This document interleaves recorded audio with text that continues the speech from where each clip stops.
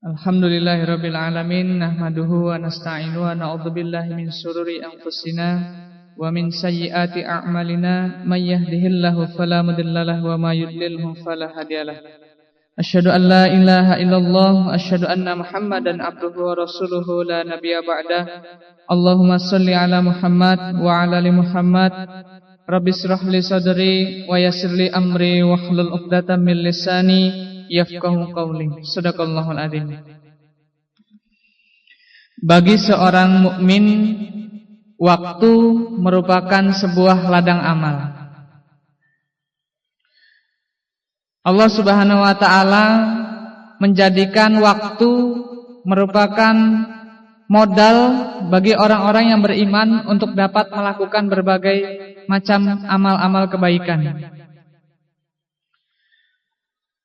Kedudukan seseorang di hadapan Allah Subhanahu wa taala selain ditentukan oleh kualitas dan juga kuantitas keimanannya, ternyata juga ditentukan seberapa cepat dia menunjukkan keimanannya kepada Allah Subhanahu wa taala. Jadi variabel waktu merupakan salah satu komponen dalam penyusun persamaan kedudukan kita di hadapan Allah Subhanahu wa taala. Kalau diibaratkan kedudukan kita di hadapan Allah itu sebuah persamaan linear, mungkin ada 3 variabel yang mempengaruhi di situ, yaitu kualitas keimanan, kuantitas ibadah, dan juga waktu dalam melaksanakan keimanan dan ibadah tersebut. Tentu saja tidak sama antara orang-orang yang awal masuk Islam, kita menyebutnya as-sabiqunal awwalun, dengan orang-orang yang masuk Islam kemudian. Tentu saja tidak sama orang yang datang sholat Jumat lebih awal dengan orang yang datang sholat Jumat terakhir-terakhir ketika imam sudah mau, ketika khotib sudah mau turun mimbar. Tentu saja tidak akan sama pahala bagi orang yang duduk di saf paling depan, sholat di saf paling depan, dengan orang yang duduk di saf berikutnya dan berikutnya. Hal ini menunjukkan bahwasanya waktu merupakan salah satu penentu kedudukan kita di hadapan Allah Subhanahu wa taala. Menyegerakan amal itu merupakan adalah salah satu pokok ajaran Islam. Fa idza faraghta fansab wa ila rabbika farghab. Apabila kita sudah selesai dengan satu kegiatan, maka bersegeralah untuk melaksanakan amal kegiatan yang berikutnya. Bahkan Rasulullah SAW yang hidup di tengah-tengah para sahabat, yang tentu saja kita tidak perlu meragukan lagi tingkat keimanan mereka, masih saja tidak bosan mengingatkan para sahabatnya dalam salah satu hadis yang diriwayatkan oleh Imam Muslim, yang artinya, bersegeralah melakukan amal-amal soleh, sebab sebuah fitnah akan datang bagai sepotong malam yang gelap. Seseorang yang paginya mukmin, sorenya menjadi kafir, dan seseorang yang sorenya bisa jadi kafir, paginya menjadi mukmin. Ia menjual agama dengan harga dunia yang begitu murah. Hadis riwayat Muslim. Demikianlah pesan Nabi kepada para sahabatnya untuk menjaga agar para sahabatnya tidak melenakan waktu sehingga menunda-nunda amal kebaikan. Karena sejatinya waktu yang Allah berikan selama 24 jam itu, akad awalnya adalah untuk dikembalikan lagi kepada Allah 24 jam penuh. Dalam salah satu ayatnya di Quran surat Al-An'am ayat 162, Allah Subhanahu wa taala berfirman, "Inna sholati wa nusuki wa mahyaya wa mamati lillahi rabbil alamin." Sesungguhnya salatku, ibadahku, hidupku dan matiku hanya untuk Allah Tuhan semesta alam. Ini menunjukkan bahwasanya waktu yang sekarang ada di kita seharusnya selama 24 jam itu juga kembali kepada Allah Subhanahu wa taala.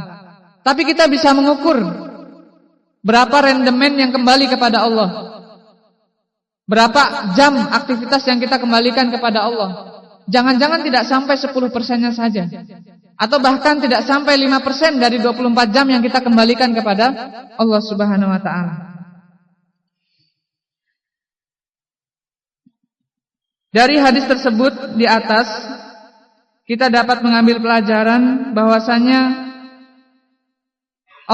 Rasulullah SAW mengajarkan kita agar tidak ada jeda antara satu amal dengan amal yang berikutnya. Karena kekhawatiran Rasulullah adalah kita tidak sempat untuk melaksanakan amal yang berikutnya setelah kita melaksanakan amal yang terakhir kita lakukan. Karena berbagai macam sebab sehingga kita tidak dapat melaksanakan amal-amal yang berikutnya. Amal soleh yang kita lakukan, jamaah rahimakumullah, harus dapat kita optimalkan setiap waktunya. Harus dapat kita laksanakan meskipun sedikit amal itu kualitasnya di hadapan Allah Subhanahu wa taala. Tapi jangan sampai selama 24 jam itu tidak ada amal soleh yang kita lakukan. Mengenai kebajikan bagi seorang mukmin, seluruh aktivitas yang diniatkan karena Allah Subhanahu wa taala itu merupakan sebuah kebajikan dan kesempatan untuk kita beramal. Rasulullah SAW bersabda dalam salah satu hadis yang diriwayatkan oleh Imam Muslim, orang-orang kaya pergi mendapatkan pahala. Mereka sholat sebagaimana kita sholat. Mereka puasa sebagaimana kita puasa. Namun mereka bersedekah dengan kelebihan harta mereka. Rasulullah SAW kemudian bersabda, bukankah Allah telah menjadikan bagi kalian apa bisa kalian bersedekah? Sesungguhnya satu tasbih adalah sedekah. Setiap takbir adalah sedekah. Setiap tahmid adalah sedekah. Setiap tahlil adalah sedekah. Amar ma'ruf adalah sedekah. Nahi mungkar adalah sedekah.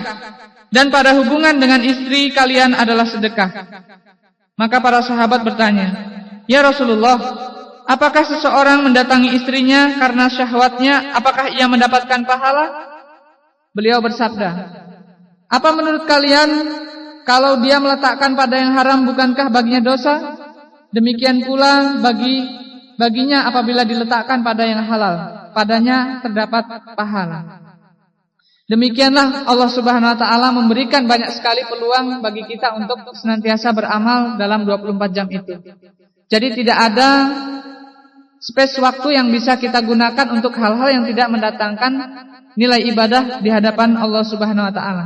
Bahkan sekedar bersedekah, bahkan sekedar berbincang dengan keluarga itu pun menjadi sebuah amal soleh manakala kita meniatkan karena Allah Subhanahu wa taala. Allah Subhanahu wa taala berfirman dalam Quran surat Ali Imran ayat 133, "Wasari'u ila magfiratin mir rabbikum wa jannatin arduhas samawati wal ardh uiddat lil muttaqin." Dan bersegeralah kamu kepada ampunan dari Tuhanmu dan kepada surga yang luasnya seluas langit dan bumi yang disediakan untuk orang-orang yang bertakwa. Hadirin jamaah rahimakumullah, ada beberapa alasan kenapa kita dianjurkan oleh Rasulullah SAW untuk menyegerakan amal dan tidak menunda-nundanya. Di antara alasan tersebut adalah yang pertama, karena aset waktu yang kita miliki itu adalah saat ini. Peluang kita untuk bisa melaksanakan kebajikan itu adalah saat ini. Tadi siang, kemarin lusa dan seterusnya, itu adalah waktu yang tidak mungkin lagi akan terulang. Apakah itu diisi dengan kebaikan atau keburukan, tidak mungkin akan terulang kembali. Dan kita cukup mengenangnya saja.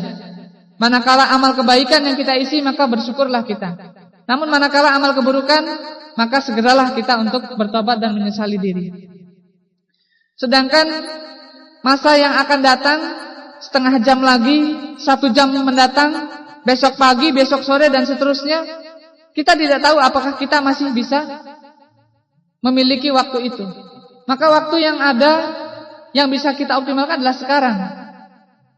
Oleh karena itu Rasulullah SAW melarang kita untuk menunda-nunda amal manakala sudah datang waktunya. Ketika sudah waktunya untuk dikerjakan, maka hendaklah segera untuk mengerjakannya. Kemudian yang kedua, karena amal kita tidak mungkin dikerjakan oleh orang lain. Salat kita, saum kita itu tidak mungkin diwakilkan oleh orang lain. Tilawah kita tidak mungkin diwakilkan oleh orang lain. Maka karena amal itu tidak mungkin diwakilkan oleh orang lain, maka segeralah untuk menyelesaikannya. Supaya kita tidak memiliki tunggakan-tunggakan amal. Supaya kita tidak memiliki hutang-hutang yang harus kita kejar kemudian. Seseorang dengan amal perbuatannya tidak mungkin akan menjadi amal bagi orang lain. Seorang istri tidak akan mendapatkan pahala dari amal dari suaminya. Seorang ayah tidak akan mendapatkan amal dari apa yang dikerjakan oleh anaknya. Maka setiap orang memikul amalnya masing-masing, yang nanti akan dipertanggungjawabkan di hadapan Allah sendiri-sendiri. Oleh karena itu, marilah kita bersegera untuk menyelesaikan amal-amal kewajiban kita. Kemudian yang ketiga, kemuliaan seseorang di hadapan Allah Subhanahu wa taala salah satunya adalah kesiapsiagaan dalam menjalankan setiap perintah Allah Subhanahu wa taala. Kita bayangkan ada seorang prajurit yang satu ketika diperintah oleh komandannya bersegera menjalankan perintah. Yang satu ketika diperintah oleh komandannya dia bersantai-santai dan berleha-leha. Secara logika pasti komandan ini akan lebih menyayangi dan mencintai prajurit yang melaksanakan amalnya dengan segera.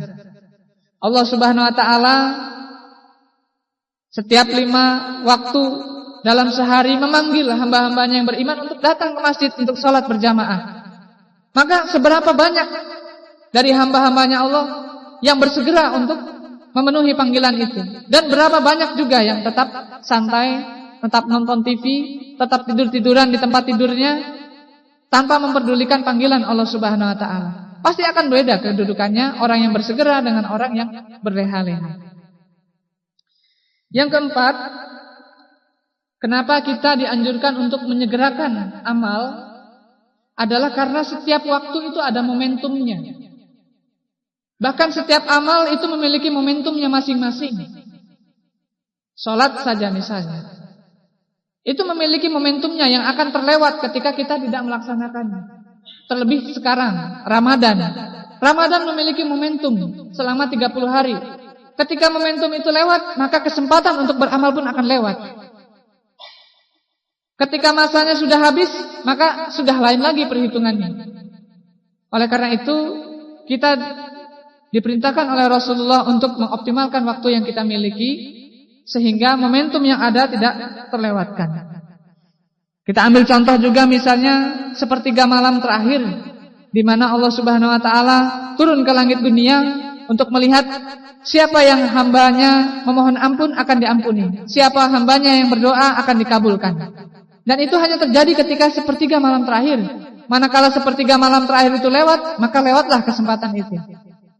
Itu adalah momentum yang terdapat pada waktu, yang ketika kita mengoptimalkannya, kita akan mendapatkan faedahnya. Manakala kita melewatkannya, maka kita tidak akan mendapatkan faedahnya.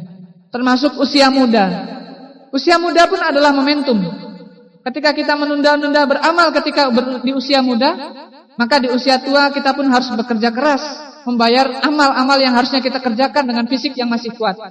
Maka kita tidak jarang melihat orang tua yang sekarang masih harus bekerja seperti orang muda, masih harus membanting tulang. Itu karena ketika masa mudanya digunakan untuk bersantai-santai, sehingga ketika sudah tua dia harus membayar hutang amal-amal ketika masih muda. Kemudian yang terakhir, kesempatan beramal Allah berikan kepada hamba-hamba Allah pada waktu-waktu tertentu. Jadi tidak mungkin amal-amal itu diberikan pada setiap waktu. Sebagai contoh misalnya, kesempatan untuk berpuasa hanya diberikan kepada hamba-hamba Allah yang ketika bulan Ramadan dalam kondisi sehat walafiat. Ketika dalam kondisi sakit, kesehatannya sudah hilang, maka tidak memungkinkan untuk berpuasa. Atau amalan-amalan lainnya, keluangan harta, keluangan waktu, itu memiliki amalnya masing-masing. Keluangan harta digunakan untuk bersedekah. Manakala sudah sempit harta, maka kita akan lebih sulit untuk bersedekah.